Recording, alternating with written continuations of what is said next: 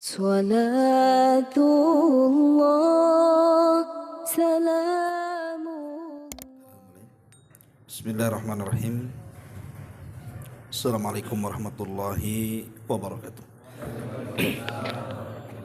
Alhamdulillah wassalatu wassalamu ala rasulillah wa ala alihi wa sahbihi wa mawalah wa la hawla wa la quwata illa billahi wa ba'du. Kita lanjutkan kajian kita, masih membahas tafsir singkat dan kita masuk pada surah Al-Mutaffifin ayat yang keempat dan seterusnya. A'udzubillahi minasyaitonirrajim. Bismillahirrahmanirrahim. Ala yadhunnu ulaika annahum mab'utsun liyaumin 'adzim yauma yaqumun nasu lirabbil alamin. Kalla inna kitabal fujjari lafi sijjin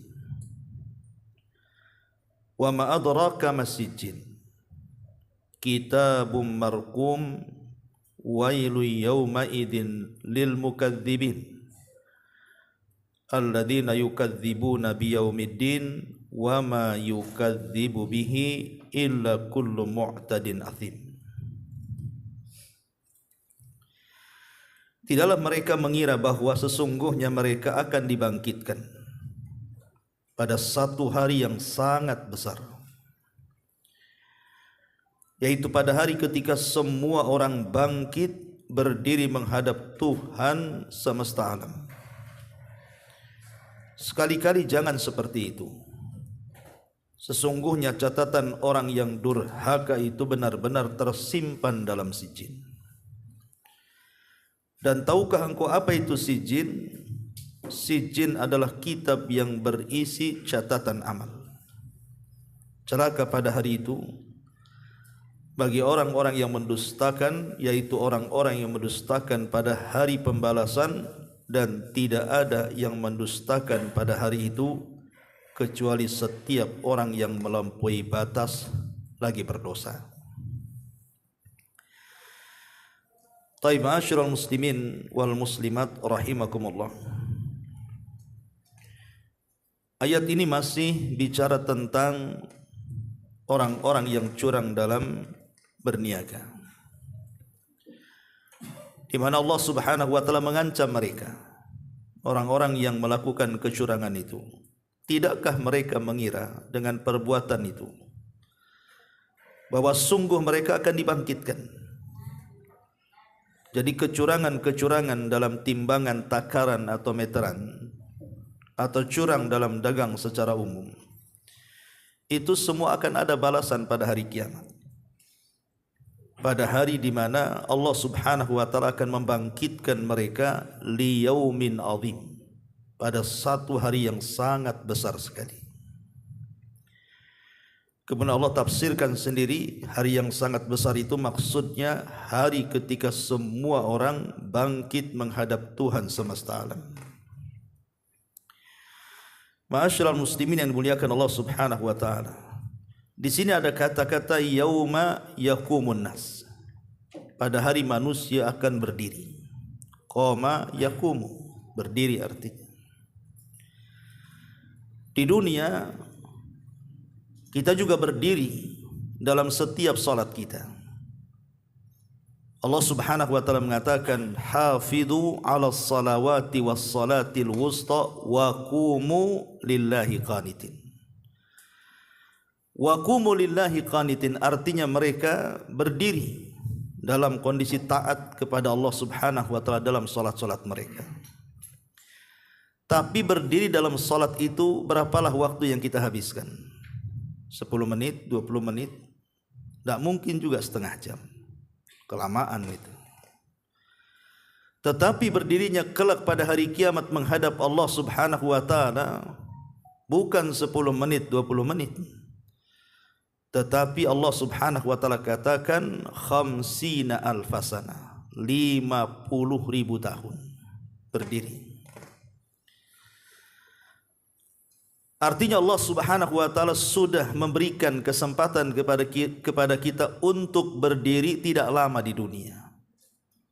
Karena orang yang banyak berdiri di dunia itu, maka dia tidak akan banyak berdiri di akhirat. Tapi orang yang jarang berdiri salat di dunia, maka dia akan lama berdirinya di akhirat. 50.000 tahun Anda bisa bayangkan, itu bukan waktu sebentar. Makanya kenapa disebut al-qiyamah? Kenapa disebut al-qiyamah? Karena ada qiyamnya. Qiyamah itu diambil dari qiyam, qama yaqumu. Kiaman. Artinya karena di balik kalimat kiamat itu ada kalimat al-qiyam. Liwujudil qiyam, karena ada berdirinya di situ. Kapan itu? Ketika manusia dikumpulkan di padang mahsyar, kondisi mereka berdiri. Dan mereka tidak ada yang duduk. Sebab kalau mereka duduk, maka mereka akan tenggelam dengan keringatnya. Apalagi berbaring, yang duduk pun tidak ada. Jadi kondisi mereka itu hanya berdiri dan menatap ke langit wajah-wajah mereka selama itu. Walaupun para ulama berselisih pendapat, apa semua orang berdiri pada hari kiamat itu selama itu? Khamsina alfasanah itu, 50.000 tahun. Maka ulama akidah mengatakan tidak. Maksudnya yang berdiri 50.000 tahun itu artinya orang-orang kafir. Jadi orang-orang kafir mereka akan berdiri khamsina alfasanah, 50.000 tahun pada hari kiamat. Tetapi orang-orang yang beriman sesuai dengan kadar keimanan mereka dan sesuai dengan hisab mereka. Kalau mereka orang-orang yang tidak termasuk orang-orang yang tidak ada hisab, seperti yang disabdakan Nabi SAW kepada orang-orang yang 70.000 orang yang masuk surga tanpa hisab dan azab itu, ya mereka tidak akan berdiri karena direct masuk surga masalahnya. Tetapi bagi orang-orang yang terkena hisab, tergantung hisabnya. Kalau hisabnya mudah, ya akan mudah juga, artinya tidak lama berdirinya. Tapi kalau hisabnya sulit, ya tentu akan lama, tapi tidak selama orang-orang kafir yang Allah katakan khamsina alfasana, 50.000 tahun itu. Makanya di sini Allah Subhanahu wa taala mengatakan yauma yaqumun nas li rabbil alamin. Pada hari manusia itu berdiri menghadap Rabb semesta alam. Ma'asyiral muslimin yang dimuliakan Allah Subhanahu wa taala. Lah sedikit cerita tentang peristiwa yang terjadi hari kiamat. Karena ini disinggung tentang bicara soal yaumul qiyamah. Jadi surah Al-Mutaffifin ini mengajarkan kepada kita tentang keimanan dengan hari akhir. Dan orang kalau tidak beriman dengan hari akhir, atau mungkin kurang keimanannya dengan hari akhir, maka biasanya akhlak mereka itu akan buruk. Dan itu difirmankan di dalam Al-Quranul Karim. Sebut saja, contoh saja ya, dalam Al-Quran surah Ara'aital ladzi yukadzibu biddin. Tidakkah engkau melihat para pendusta ad-din? Ad-din sini artinya balasan. Balasan artinya bicara tentang hari akhir. Tidakkah engkau melihat orang-orang yang mendustakan tentang hari akhir? Kemudian Allah Subhanahu wa taala mengatakan, Ara'aital ladzi yukadzibu biddin fadzalikal ladzi yadu'ul yatim. Akibat dia tidak beriman dengan hari pembalasan, hari akhir, akhirnya mereka pun menghardik anak-anak yatim. Wala yakhuddu ala ta'amil miskin. Akibat yang kedua, mereka pun tidak memiliki simpati kepada orang-orang miskin, tidak mau membantu mereka dan mengarahkan manusia untuk membantu mereka. Kemudian ujung-ujungnya mereka tidak salat. Kalaupun mereka salat, mereka salatnya sahun. Dan mereka pun menjadi bakhil wa yamna'unal ma'un. Lah ini dampak orang yang mengingkari hari akhir. Jadi orang yang mengingkari hari akhir itu pasti akhlaknya buruk. Karena dia tidak yakin ada pembalasan setelah kematian, itu masalahnya. Makanya kemudian di sini disinggung soal akhlak buruknya para pedagang yang suka mengurang-urang takaran, timbangan, meteran dan yang semacamnya, ingat bahwa kalian itu juga akan dibangkitkan dan akan ditanya. Ma'asyiral muslimin yang dimuliakan Allah Azza wa Jalla, ada sekitar 17 pembahasan kalau kita cerita tentang iman bil yaumil akhir. Pertama bicara soal amaratus sa'ah, tanda-tanda kiamat. Yang kedua al-iman bil mauti, keimanan dengan kematian. Kemudian yang ketiga al-iman bima ba'dal mauti, keimanan dengan peristiwa-peristiwa setelah kematian. Kemudian yang kelima al-iman bil ba'thi wan nusyur, iman dengan kebangkitan dan dikumpulkannya manusia. Kemudian al-iman bil hasyri, dengan manusia dikumpulkan di padang mahsyar. Kemudian yang bertujuh jam'ul khalaik fil mauqifi wa ahwalihim fiha, beriman bahwa manusia akan dikumpulkan di satu tempat dan diceritakan tentang kondisi mereka. Kemudian yang kedelapan liqa Allah, bahwa kita akan berjumpa dengan Allah. Kemudian yang kesembilan al-ardu wal hisab, bicara soal penampakan amal dan hisab pada hari kiamat. Kemudian yang nomor 10 al-majibil kitabi wal ashhad, akan didatangkan catatan-catatan amal dan juga persaksian-persaksian yang akan bersaksi akan amalan kita. Kemudian yang nomor 11 nasyru sahaifil amal, akan diterbangkan catatan-catatan amal kita ini, kemudian dijelaskan orang-orang yang akan mengambilnya, apakah dengan tangan kanannya ataukah dengan tangan kirinya. Kemudian yang nomor 12 al-mizan, beriman dengan timbangan. Kemudian 13 as-sirat, beriman dengan titian siratal mustaqim. Kemudian yang 14 al-iqtisas minal madzalim, beriman dengan kisas, bahwa di sana ada kisas dari kezaliman-kezaliman. Kemudian al-iman bil jannati wan nar, beriman dengan sorga dan neraka. Kemudian beriman dengan telaga Al-Kautsar, yang merupakan telaga yang paling besar yang diberikan kepada Nabi SAW. Dan yang terakhir beriman dengan syafaat dan maqam al-mahmudah, syafaat dan juga tempat yang sangat tinggi yang diberikan kepada Nabi SAW. Inilah global keimanan kita dengan hari akhir. Jadi global keimanan kita dengan hari akhir itu di 17 poin ini. Baik, kita akan jabarkan sedikit. Pertama, beriman dengan alamatus sa'ah. Jadi beriman dengan tanda-tanda kiamat itu bagian daripada beriman dengan hari akhir. Dan tanda-tanda kiamat itu akan ada dua. Ada tanda-tanda kiamat kecil dan ada tanda-tanda kiamat besar. Adapun tanda-tanda kiamat kecil itu datangnya tidak berurutan. Kadang muncul, kadang tenggelam. Kadang lama tidak muncul, kemudian muncul lagi. Tetapi kalau tanda-tanda alamat kiamat besar ini sekali muncul tidak bisa dihentikan. Satu muncul, kemudian hilang, yang lain muncul, sampai kemudian ditutup dengan tanda-tanda kiamat yang besar, dan disitulah ditegakkan kiamat besar. Di antaranya adalah munculnya Dajjal, itu yang pertama. Kemudian turunnya Isa bin Maryam. Kemudian munculnya Ya'juj wa Ma'juj. Kemudian munculnya binatang yang bicara dari perut bumi. Kemudian juga dukhan, asap pekat hitam yang ada di langit. Kemudian juga munculnya matahari dari arah barat. Kemudian terjadi gempa yang menghancurkan dunia sebelah timur, sebelah barat dan jazirah Arab. Dan yang terakhir api yang akan menggiring manusia ke negeri Syam. Disitulah kiamat dibangkitkan. Jadi kiamat, tanda-tanda kiamat besar ini kalau sekali muncul tidak bisa dihilangkan. Artinya tidak bisa dihentikan. Yang satu hilang, yang satu muncul sampai kiamat. Itulah bedanya ya. Kalau tanda-tanda kiamat kecil kan kadang muncul, kadang enggak. Kadang lama lagi, kemudian muncul lagi.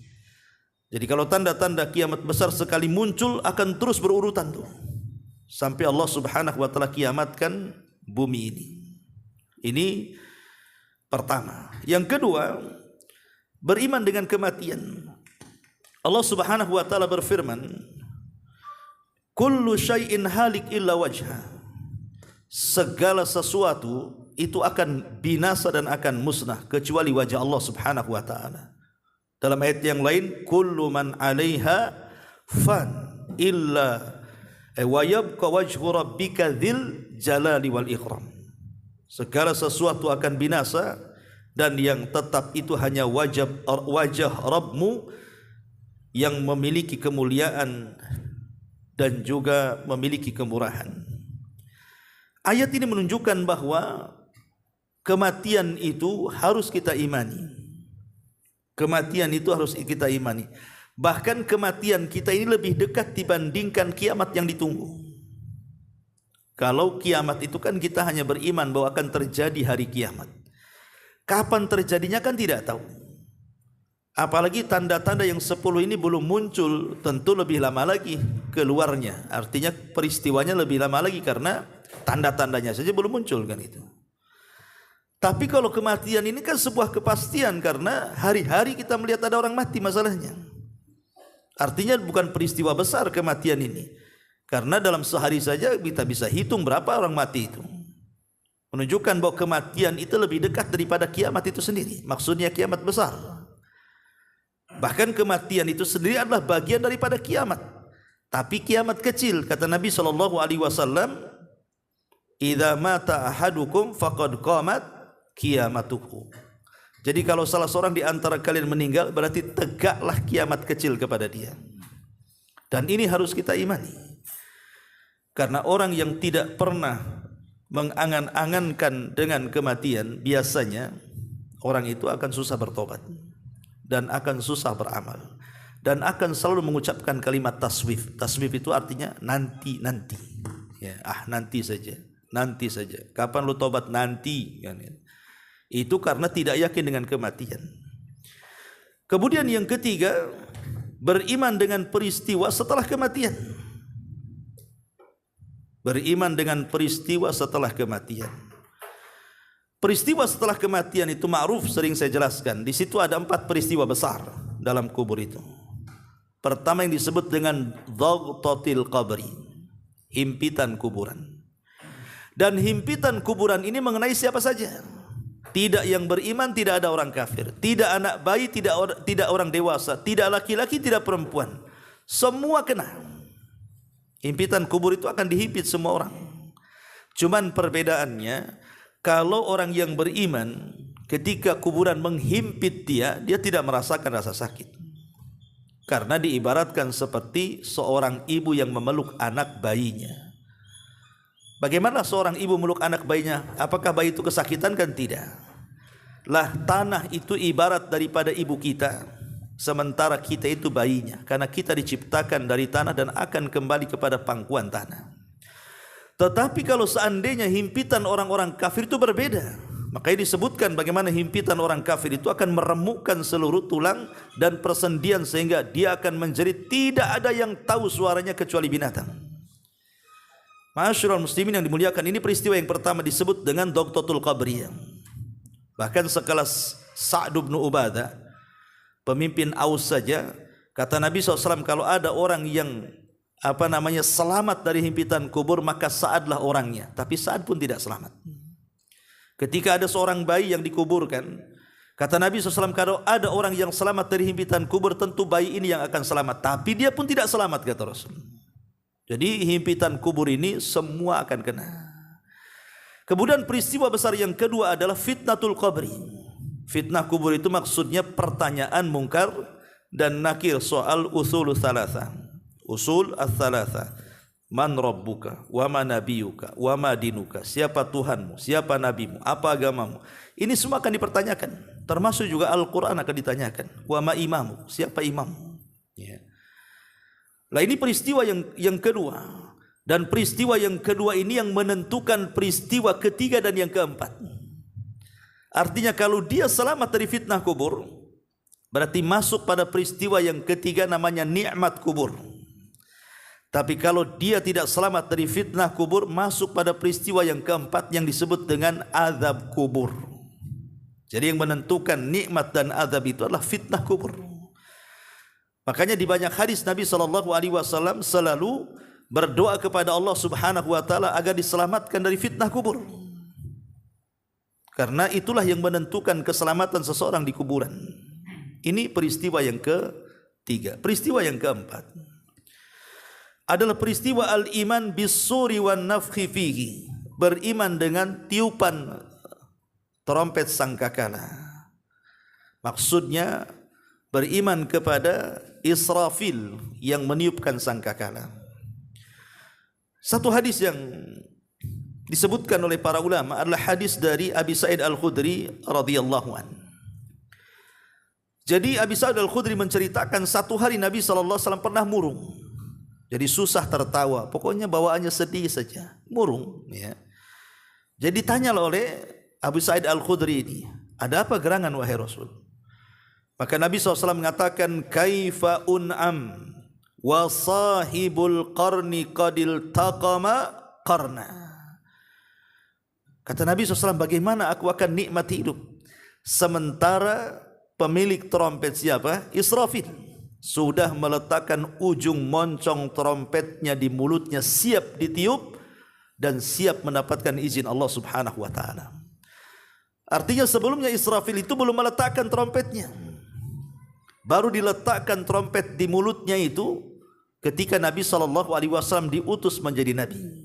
Situlah mulai diletakkan ujung trompetnya. Kenapa demikian? Karena dunia ini dengan kedatangan Nabi SAW semakin dekat dengan kiamat. Ya, karena dia adalah Nabi akhiruz zaman dan umatnya juga umat akhiruz zaman. Jadi dia adalah Nabi yang terakhir dan umatnya juga umat yang terakhir. Artinya tidak ada Nabi setelah Rasul dan tidak ada umat setelah umat Rasul. Berarti kan sudah dekat dengan kiamat, tinggal tunggu saja. Makanya Nabi SAW bicara seperti itu. Bagaimana aku akan nikmat hidup sementara trompet itu sudah diletakkan di moncong Israfil. Ya. Maka kemudian dalam hadis dilanjutkan, faka'anna dzalika thaqula ashabin ala ashabin Nabi SAW. Ketika para sahabat mendengar alasan Nabi SAW itu, maka merasa beratlah bagi para sahabat. Maka Rasul mengatakan, qulu hasbunallah wa ni'mal wakil. Katakan oleh kalian, cukuplah Allah sebagai pelindung dan dialah sebaik-baik pelindung.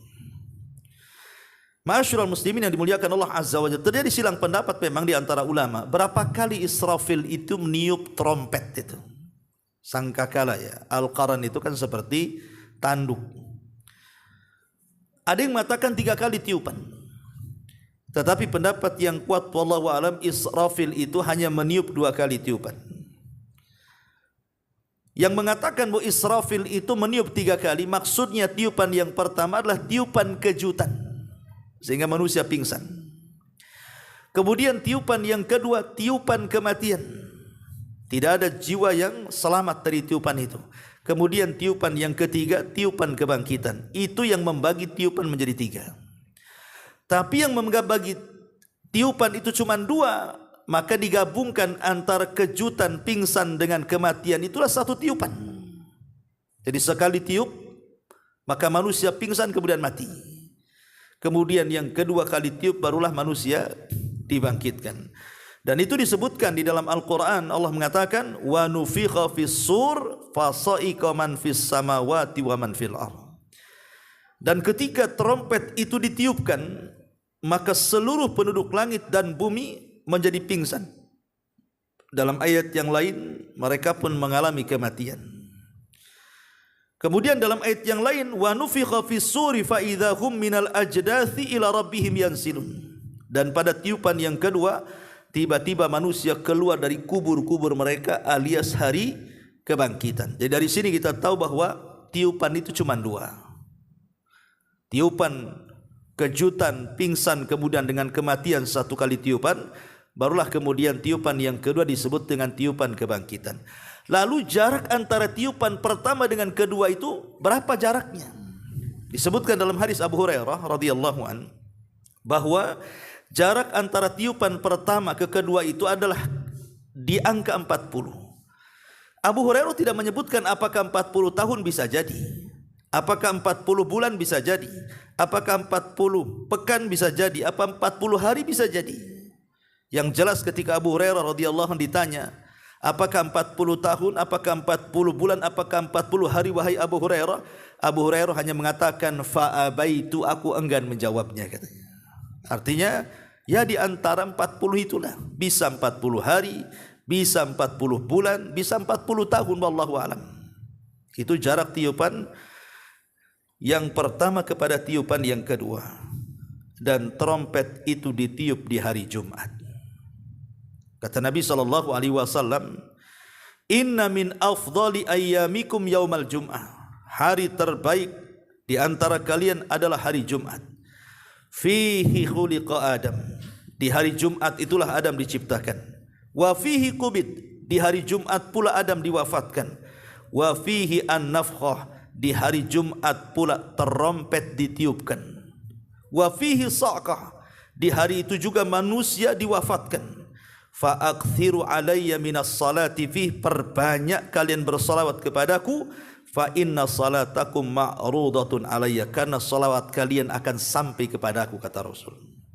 Dari sini menunjukkan bahwa kiamat itu terjadi di hari Jumat. Jelas harinya tapi tidak jelas tanggal, bulan dan tahunnya. Jadi kiamat itu hanya disebutkan harinya saja, hari Jumat, ya. Adapun tanggal berapa, bulan berapa, tahun berapa, tidak ada yang tahu kapan Israfil meniup sangkakalanya. Bahkan malaikat Jibril yang sesama malaikat saja tidak tahu. Ketika dia bertanya kepada Nabi SAW kapan kiamat, maka Nabi SAW hanya mengatakan mal mas'ulu anha bi'a'lama minas sa'il. Tidaklah orang yang ditanya lebih paham dibandingkan orang yang bertanya. Maknanya, kata syurahul hadis, Nabi dan Jibril sama-sama tidak tahu. Lah kalau Nabi tidak tahu kapan kiamat, Jibril pun tidak tahu kapan kiamat, muncul pula orang yang meramal soal kiamat. Lah siapa kamu ini? Hebat pula, lebih hebat daripada Jibril lagi. Lebih hebat dari Nabi SAW. Nabi saja tidak dapat wahyu kan memberitahu kapan kiamat, cuman hanya diberitahu harinya saja. Ini dia bisa meramal tuh. Ya, naudzubillah. Ya, ini dunia perdukunan. Ya. Kemudian juga yang kelima, al-iman bil ba'thi wan nusyur. Setelah kemudian manusia dikiamatkan, artinya semua manusia diwafatkan dengan adanya kiamat. Maka kemudian Israfil diperintah kembali oleh Allah Subhanahu wa taala untuk meniupkan kedua kalinya. Lah, tiupan kedua kalinya itulah yang disebut dengan al-ba'tsu wan nusyur. Maka manusia akan bangkit dan manusia akan dikumpulkan. Sebagian para ulama mengatakan, ulama-ulama akidah, antum bisa baca dalam kitab-kitab akidah itu. Jadi saat kemudian Israfil membangkitkan itu, sebelum trompet itu ditiupkan, maka Allah Subhanahu wa taala akan turunkan hujan. Dan hujan ini akan membasahi seluruh bumi yang sudah berganti bentuk. Memang terjadi khilaf pendapat. Kemarin saya tanyakan kepada Syekh Ali Ar-Radai yang datang ke sini tentang apakah bumi yang dikatakan dalam Al-Quran yauma tubaddalul ghairal ard, bahwa bumi akan diganti dengan bumi yang lain. Apa yang dimaksud bumi ini akan dilenyapkan kemudian diganti bumi yang lain? Ataukah bumi ini pula yang menjadikan kita pijakan cuman bentuknya saja dirubah? Ya. Maka beliau mengatakan ini khilaf panjang para ulama akidah. Ada yang mengatakan yang memang diganti dengan bumi yang baru, tapi ada yang dikatakan tidak diganti, cuman diganti bentuknya. Dan itu berdasarkan isyarat firman Allah Subhanahu wa taala, wal ardu muddat wa alqat ma fiha wa takhallat. Kalimat wal ardul muddat, dan bumi dihamparkan kemudian dikuatkan oleh hadis Nabi SAW, di mana bumi ini akan didatarkan, tidak ada yang tinggi, tidak ada yang merendah, tidak ada bukit, tidak ada lembah, bahkan tidak ada maklam. Maklam itu artinya tidak ada alamat-alamat yang menunjukkan arah sana arah sini. petunjuk sana, petunjuk sini. Murni bumi itu hanya datar dan warnanya putih seperti tepung. Seolah-olah tidak pernah berbuat dosa orang-orang yang di atasnya. Lah ketika bumi dalam bentuk seperti itulah, maka Allah Subhanahu wa taala turunkan hujan. Kemudian setelah diturunkan hujan, hujan inilah mengenai setiap tulang ekor manusia yang sudah hancur tuh. Kan manusia itu kan terkadang dikubur hancur. Dagingnya hancur, bahkan tulang belulangnya juga hancur. Tapi ada satu tulang yang tidak akan dihancurkan sejak Adam sampai kiamat, yang disebut dengan tulang ekor manusia. Itu tidak akan hancur. Walaupun bagaimanapun tidak akan hancur. Walaupun tidak kelihatan dan bisa dilihat oleh alat-alat canggih tertentu, tapi tulang ekor itu tidak akan hancur. Karena dari situlah Allah Subhanahu wa taala menciptakan kita. Lah hujan itulah mengenai tulang ekor. Setelah kemudian hujan itu mengenai tulang ekor, disitulah Allah Subhanahu wa taala ciptakan kembali manusia, dikembalikan tulangnya, dagingnya, semuanya dikembalikan. Baru kemudian setelah itu Allah Subhanahu wa taala lemparkan jasad-jasad itu ke permukaan. Wa akhrajatil ardu athqalaha, dan kami keluarkan beban-beban bumi itu ke atas bumi. Lah saat jasad manusia sudah bergelimpangan di atas bumi, dan itu campur baur ikhwan, bukan hanya manusia ya, tetapi juga binatang-binatang juga akan dihidupkan kembali. Lah disitulah Allah Subhanahu wa taala memerintahkan Israfil untuk meniupkan sangkakalanya yang kedua kali. Baru setelah tiupan yang kedua, Allah buka pintu ruh yang ada di Iliyin, dan Allah buka pintu ruh yang ada di Sijin. Maka seluruh ruh yang ada di Iliyin melesat kemudian menyatu dengan jasad-jasad mereka. Begitu juga ruh yang terpenjara di Sijin juga akan melesat kepada jasad-jasad mereka. Artinya ruh yang ada di Iliyin tentu ruhnya orang yang beriman. Tapi ruh yang dipenjarakan di Sijin artinya ruh orang-orang kafir, orang-orang munafik ya. Maka kemudian mereka pun disatukan. Itulah yang Allah isyaratkan dalam Al-Quran, wa idzan nufusu zuwizat, apabila jiwa itu digabung-gabungkan kembali. Disitulah terjadi al-ba'tsu wan nusyur, artinya kebangkitan, kemudian an-nusyur, yang kemudian terjadilah al-hasyr ya. Ma'asyiral muslimin yang dimuliakan Allah Azza wa Jalla, hasyr ini ada 4 macam, 2 di dunia dan 2 di akhirat. Hasyr itu hari di mana manusia akan dikumpulkan. Adapun di dunia, yang pertama disyaratkan dalam surah Al-Hasyr ayat 2. Huwallazi akhrajal ladzina kafaru min ahlil kitab min diyarihim li awwalil hasyr. Dialah Allah yang telah mengeluarkan orang-orang kafir dari kalangan ahli kitab dari rumah-rumah mereka untuk pertama kalinya mereka dikumpulkan. Kapan itu? Saat Nabi SAW mengusir orang-orang Yahudi dari Madinah, maka mereka dikumpulkan di Syam semuanya. Ini hasyr yang pertama, pengumpulan orang-orang kafir di Syam ya. Kemudian hasyr yang kedua menjelang kiamat, di mana di antara tanda-tanda kiamat besar yang paling terakhir apa?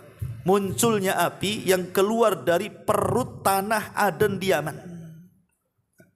Di Yaman itu ada negeri Aden namanya ya. Sekarang dikuasai ahli sunnah, karena Son'a dikuasai orang-orang Houthi Syiah kan itu. Maka kemudian ahli sunnah mereka ada di Ma'rib, ada di Aden, dan beberapa tempat di Hadraul Maut ya. Lah Aden ini menurut penelitian NASA katanya, memang di bawah perutnya ada larva ya, ada ya semacam lahar dan begitu seterusnya, api yang ada di dalam tanah itu sudah disorot oleh NASA. Artinya membenarkan kebenaran daripada sabda Nabi SAW. Itu kalau bumi Aden sudah belah, maka akan mengeluarkan api. Lah api itulah yang akan menggiring manusia kemana? Ke Syam. Ya, disitulah manusia akan dikumpulkan dari semua negara. Ya, akan dikumpulkan di situ. Siapa yang menggiringnya? Api dari Aden Yaman itu. Ya. Ini disebut hasyr yang kedua. Kemudian hasyr yang ketiga, saat mereka bangkit dari kuburan tuh, maka mereka akan dikumpulkan di situ. Kemudian hasyr yang ketiga tentu digiringnya mereka ke satu tempat, yang kemudian disitulah manusia berdiri selama 50.000 tahun. Itu namanya hasyr ya. Hasyr itu ada 4 macam ya. Ma'asyiral muslimin yang dimuliakan Allah Subhanahu wa taala. Lah pada hari hasyar inilah banyak peristiwa terjadi kan. Di antaranya matahari didekatkan, keringat bercucuran. Manusia pun kemudian akhirnya datang kepada Adam, datang kepada Nuh, datang kepada Ibrahim, datang kepada Musa, Isa, akhirnya terakhir datang kepada Rasul minta syafaat para nabi ini. Dan banyak peristiwa di padang mahsyar itu. Kemudian yang nomor 7, jam'ul khalaik fil mauqifi wa ahwalihim fi. Wa ahwalihim fi artinya mulailah manusia mengelompokkan manusia di situ. Allah mulai mengelompokkan di padang mahsyar itu. Jadi orang kafir dikelompokkan sendiri, orang munafik dikelompokkan sendiri, orang-orang yang beriman dikelompokkan sendiri, termasuk para penyembah sesembahan di dunia akan dikelompokkan dengan sesembahannya. Jadi kalau di dunia ini orang-orang ini menyembah sapi, maka akan dikelompokkan para penyembah sapi di sana, para penyembah ular di sana, para penyembah lembah di sana, para penyembah batu di sana. Jadi dikelompokkan nantinya tuh. Kenapa dikelompok-kelompokkan?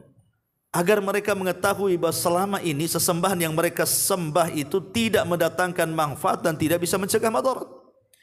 Bahkan para penyembah matahari dan bulan kelak pada hari kiamat, matahari dan bulan itu kan tidak pernah ketemu kalau di dunia, ikhwan.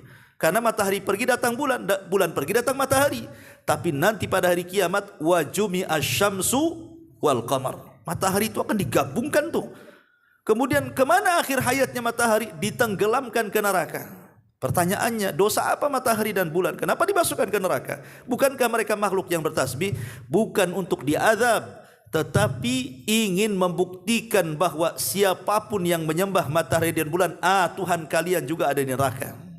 Makanya Allah mengatakan la tasjudu lisyamsi wala lil qamar wasjudu lillahi alladzi khalaqahunna in kuntum iyyahu ta'budun. Jangan kalian sembah matahari dan bulan, sembahlah zat yang menciptakan keduanya, Allah. Ya. Masyarul muslimin yang dimuliakan Allah Azza wa Jalla. Kemudian yang ke-8 baru terjadi liqa Allah. Disinilah Allah Subhanahu wa taala akan menampakkan zatnya pertama kali di padang mahsyar. Di mana Allah Subhanahu wa taala mengatakan dalam Al-Qur'an wa jaa rabbuka wal malaku saffan saffa. Dan Rabbmu akan datang sementara malaikat berbaris-baris itu. Jadi Allah Subhanahu wa taala akan datang kepada manusia di padang mahsyar. Tentu bagi orang-orang yang beriman, mereka mampu melihat wajah Allah di padang mahsyar itu termasuk ziyadatun nikmah namanya. Itulah nikmat bagi mereka. Tapi pertanyaannya, apakah orang kafir juga melihat wajah Allah? Maka pendapat yang kuat tidak. Mereka tidak melihat Allah Subhanahu wa taala di padang mahsyar. Kalla innahum an rabbihim yauma idzin lamahjubun, kata Allah.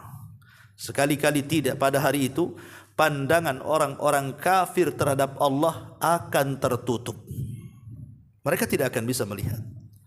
Sebagian ulama lain mengatakan okelah mereka melihat, tapi bukan melihat seperti orang yang beriman ketika melihat Allah. Itu sebuah kenikmatan yang besar bagi mereka, tapi mereka ketika melihat Allah itu dengan nadhrah al-khauf, dengan pandangan takut yang luar biasa, seolah-olah pesakitan yang akan dihukum oleh seorang qadhi dan juga hakim.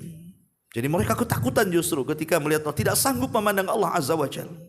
Ya, ada juga yang mengatakan seperti itu. Tapi pendapat yang kuat, mereka tidak akan melihat Allah.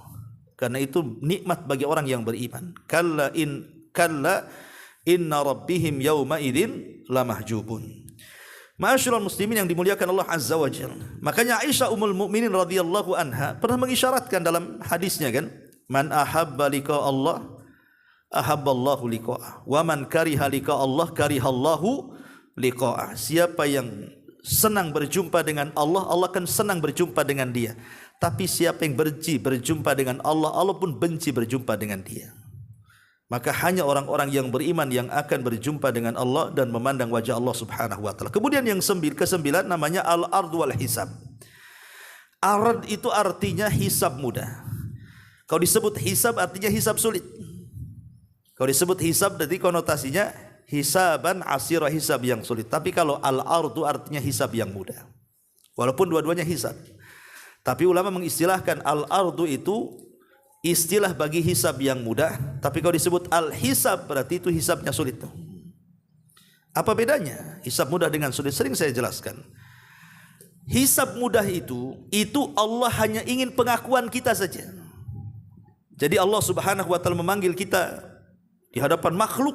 Bayangkan manusia dari Adam sampai yang terakhir mati, kemudian dihidupkan, dikumpulkan di padang mahsyar, apa enggak banyak manusia sebanyak itu. Kemudian kita dipanggil, bayangkan. Tetapi karena hisab kita mudah, ketika dipanggil oleh Allah, Allah tutupi kita dari pandangan manusia itu. Allah akan bentangkan hijabnya, sehingga manusia tidak bisa melihat sedang apa kita dengan Allah berdua-duaan di balik hijab itu. Disitulah Allah Subhanahu wa taala akan bertanya kepada kita soal dosa-dosa kita. Allah hanya ingin pengakuan dosa kita saja. Makanya setiap kita ditanya oleh Allah Azza wa Jalla, bukankah kau sudah melakukan dosa ini, dosa itu, dosa ini, dosa itu? Dia hanya mengatakan, ya wahai Rabb, ya wahai Rabb. Ya, tidak ada yang diingkari sama sekali. Ini kalau yang seperti ini hisab yang mudah nih. Karena dia mengakui kesalahannya.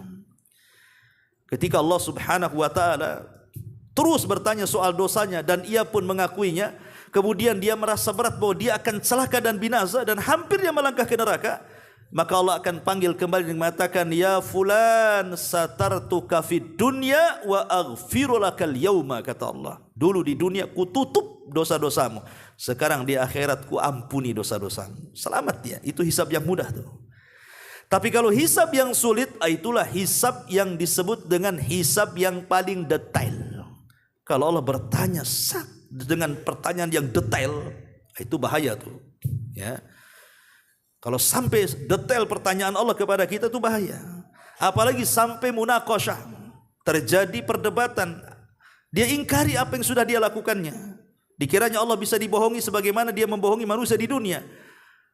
Terjadilah kemudian munaqashah di situ. Ini kalau sudah terjadi munaqashah, dialog, perdebatan antara Allah dengan orang yang sedang dihisab, celaka orang seperti ini. Kata Aisyah radhiyallahu anha, laisa ahadun yuhasabu yaumal qiyamah illa halak, katanya.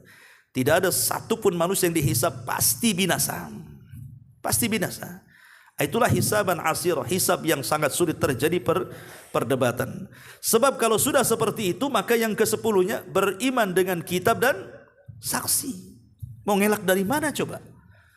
Kau mengatakan kau tidak berbuat dosa, ini catatanmu ada di sini. Kan itu ya. Karena catatan itu akan mencatat segala sesuatu yang kecil ataupun yang besar. Siapa yang mau mengelak dari catatan coba? Kalau dia mengelak dari catatan, ada saksi lagi di situ. Dan saksi ini bukan siapa-siapa. Ya, terkadang badan kita ini saksi. Sampai ada beberapa riwayat Nabi SAW mengatakan, inna awwala azmin minal insan yatakallam yawma yukhtamu alal afwah fakhiduhu minar rijlis shimal. Sesungguhnya anggota tubuh manusia yang mula-mula berbicara di hari semua mulut terkunci adalah paha kaki kiri. Ini paha kaki kiri nih. Ini kanan, ini kiri, berarti sebelah sini. Ini pahanya dulu yang bicara tuh. Ketika Allah Subhanahu wa taala mengatakan, al yauma nakhtimu ala afwahihim wa tukallimuna aydihim wa tashhadu arjuluhum. Kan gitu ayatnya. Pada hari ketika kami tutup mulut mereka dan berkata kepada kami tangan-tangan mereka, kemudian kaki-kaki mereka menjadi saksi. Maksudnya kaki di sini siapa?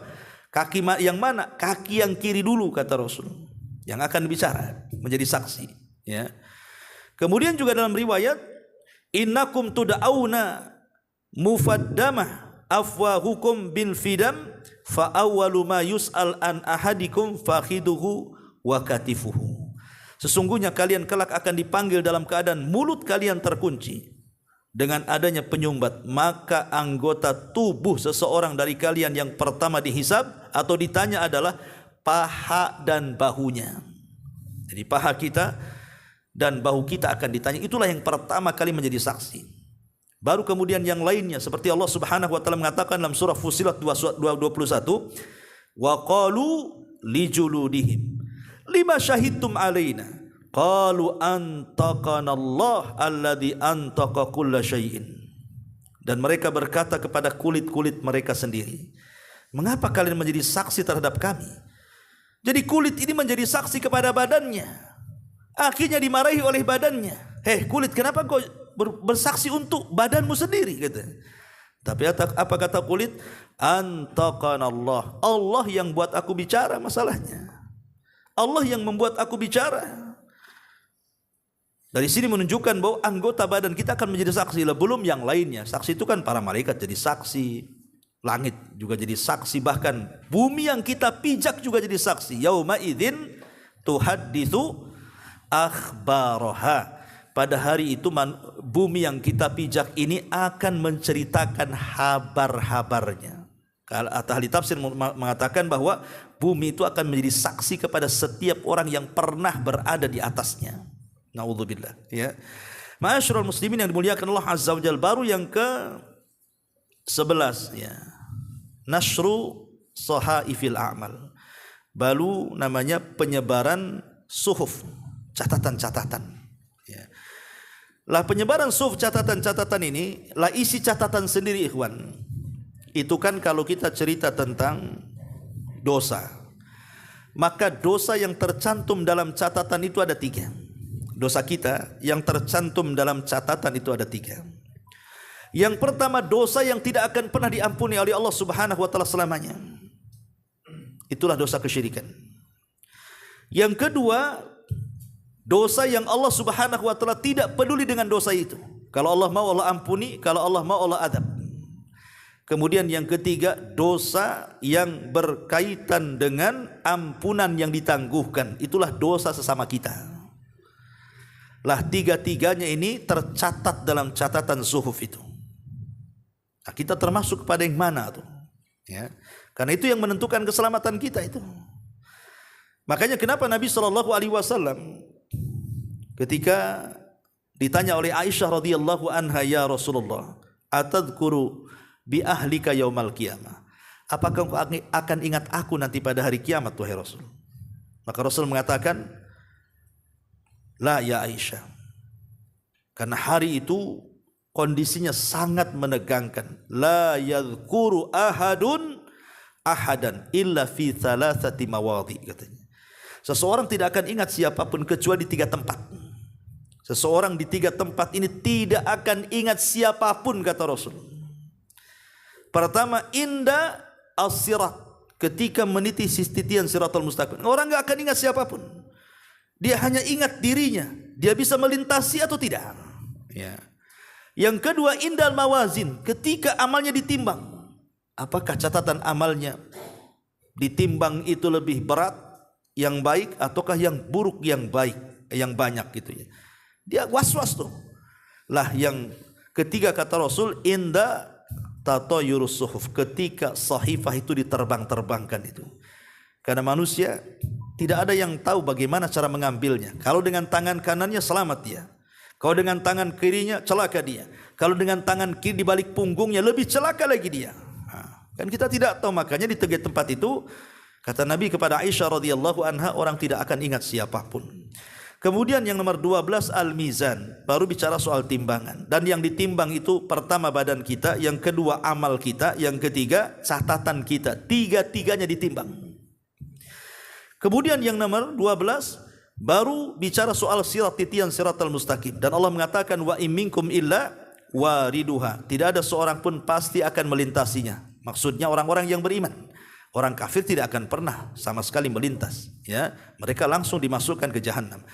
Tapi orang-orang yang beriman mereka akan melintas. Disitulah akan terlihat sesuai dengan amalannya. Ada yang seperti kilat atau sampai di sana. Ada seperti kuda balap. Ada seperti orang berlari. Ada orang merangkak. Macam-macam. Ada orang yang terjungkal juga ke dalam jahanam. Na'udzubillah. Karena memang kondisinya juga luar biasa. Karena sirat ini satu, licin sekali. Yang kedua, menggelincirkan sekali. Yang ketiga, memiliki besi pengait yang sangat besar. Sehingga orang tidak mudah kemudian lewat begitu saja. Yang keempat, mudah terpeleset. Yang keenam, dia lebih halus dibandingkan rambut dan lebih tajam dibandingkan pisau. Kemudian berbelok-belok dan tidak diam, artinya bergerak. Jangankan lagi sekelas rambut, tambang kapal saja kalau antum pamannya gantung dari tiang listrik ke tiang listrik, antum suruh naik di atas kemudian digoyang-goyang, gimana caranya orang berjalan? Hanya amalan yang menyelamatkan dia, ya. Kemudian yang nomor 14 baru cerita kisos. Kisos ini ada 2 macam, ya. Ada kisos antara kafir dengan kafir atau orang yang beriman dengan orang kafir. Itu peristiwanya sebelum titian sirat. Karena orang kafir tidak mungkin meniti titian sirat. Maka semua kisos yang berkenaan dengan orang kafir itu sebelum titian. Baik orang kafir dengan orang kafir, atau orang yang beriman dengan orang kafir, atau orang kafir dengan orang yang beriman. Ya. Tetapi kalau kisosnya antara orang yang beriman dengan orang yang beriman, itu setelah titian. Disitulah yang disebut dengan kontoroh, kata Rasul. Kontoroh disitulah tempat di mana Nabi SAW pernah mengatakan bahwa disitulah tempat orang-orang yang muflis. Atadruna mal muflisu hadil ummah. Siapa ya di antara kalian yang tahu orang yang bangkrut di antara umat ini? Sahabat mengatakan, ya orang bangkrut ya orang yang habis uang dinar dirhamnya. Bukan itu kata Rasul, tetapi orang yang membawa pahala di satu sisi, tapi di sisi lain membawa dosa, pernah mendolimi si fulan, menumpahkan darah si fulan, mengambil hak si fulan, mencaci maki si fulan, dan begitu seterusnya. Lah di sini terjadi kisos. Sampai Abdullah ibn Abbas radhiyallahu anhuma menceritakan tentang kisah orang yang dibunuh. Jadi kata Abdullah ibn Abbas radhiyallahu anhu, dia mengatakan orang-orang yang dibunuh itu mereka semua datang menghadap Allah tanpa kepala. Walaupun di dunia tidak dibunuh dengan cara itu.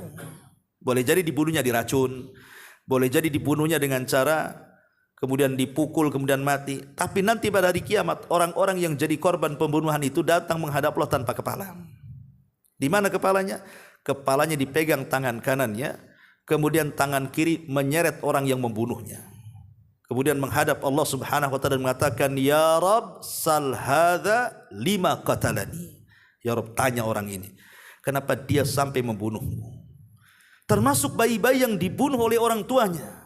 Mereka datang tanpa kepala, sambil menjinjing kepala dengan tangan kanannya, ditarik orang tuanya. Kemudian Allah katakan, wal mau'udatu su'ilat bi ayyi dzambin qutilat.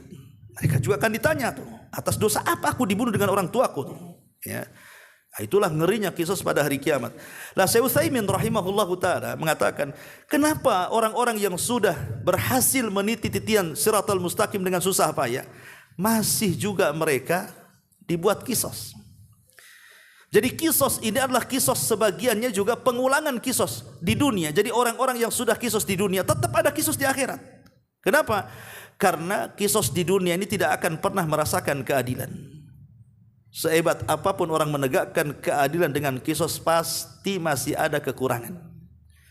Tapi kalau sudah di peradilan Allah Subhanahu wa taala, itulah seadil-adilnya keadilan.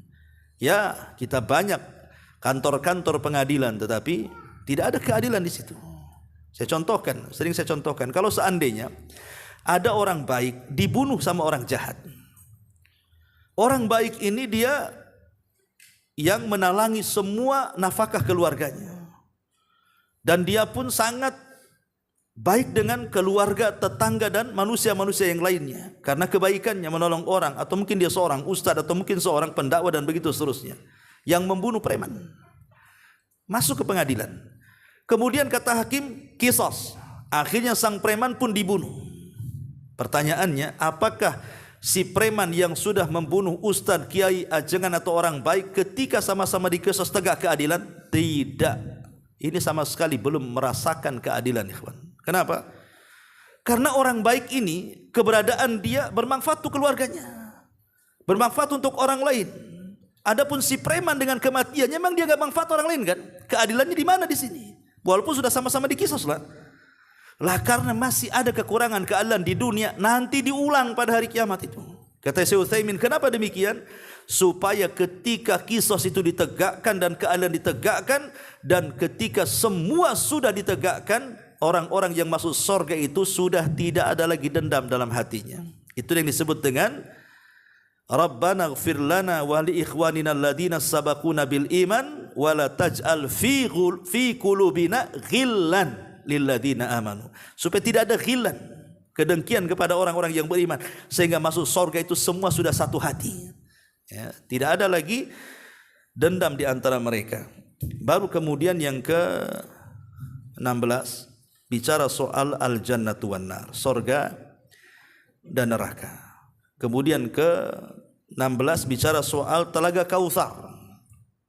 Dan yang terakhir bicara syafaat dan maqaman mahmudah yang ada di surga sana, khusus bagi Nabi sallallahu alaihi wasallam. Lah ini semua adalah peristiwa-peristiwa yang berkaitan dengan hari akhir. Wallahu alam. Ini yang bisa sampaikan sebelum saya tutup. Silahkan kalau ada yang bertanya.